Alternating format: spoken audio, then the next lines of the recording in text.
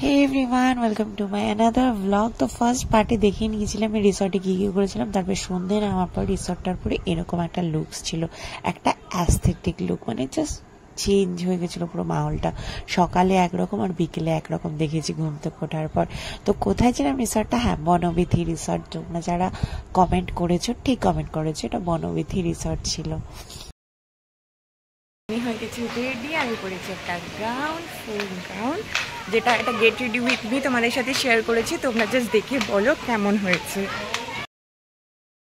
আর এই দেখো সন্ধে হয়ে গেছিলো, তারপরেও বাচ্চাগুলো খেলে যাচ্ছিল। আমার ছেলে আর আভিয়ান তো জাস্ট 1 ঘন্টার জন্য ঘুমিয়েছিল, তারপর আবার উঠে গেছিলো। আর এখানে আমরা সবাই গ্রাউন্ড টাউন পরে এসে প্রচুর ফটো সেশন করেছি। জায়গাটাই এত সুন্দর, ফটো তোলার মতোই। সত্যি বন্ধুরা মিলে গিয়ে একদিনের জন্য সবাই খুব আনন্দ করতে পারো, যদি তোমরা একদিনের জন্য কোথাও ট্রিপ প্ল্যান করে থাকো। তারপর ওরকম একটা ওয়েদারে ওরকম একটা জায়গায় কফি খাবো না সেটা হতে পারে। প্রথমে চা অর্ডার দিয়েছিলাম, চাটা ভালো ছিল না, তো কফি চেঞ্জ করা হয়েছিল। তারপরে একটা ফটো জোন ছিল যেখানে আমরা সব কাপলসরা মিলে ফটো তুলেছিলাম। তারপরে শুরু হয়েছিল আমাদের পার্টি, আর পার্টি চলেছিল একদম টিল 4টে-5টা অব্দি।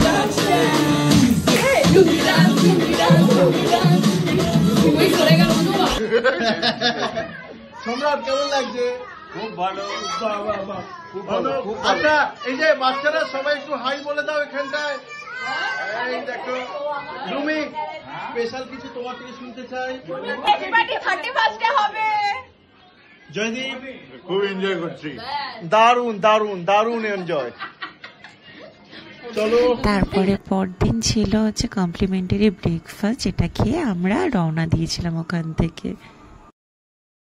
সো বাড়ি চলে এসেছি ফাইনালি। কালকার রাত্রিবেলা অন হয়নি, কারণ শরীরটা ভীষণ খারাপ হয়ে গেছিলো। সারাদিন ওই লাফালাফি, পুলে লাফালাফি, তারপরে উল্টোপাল্টা খাওয়া দাওয়া এইসব করে, আর ইভেন অনেকটা রাত করেই ঘুমিয়েছিলাম।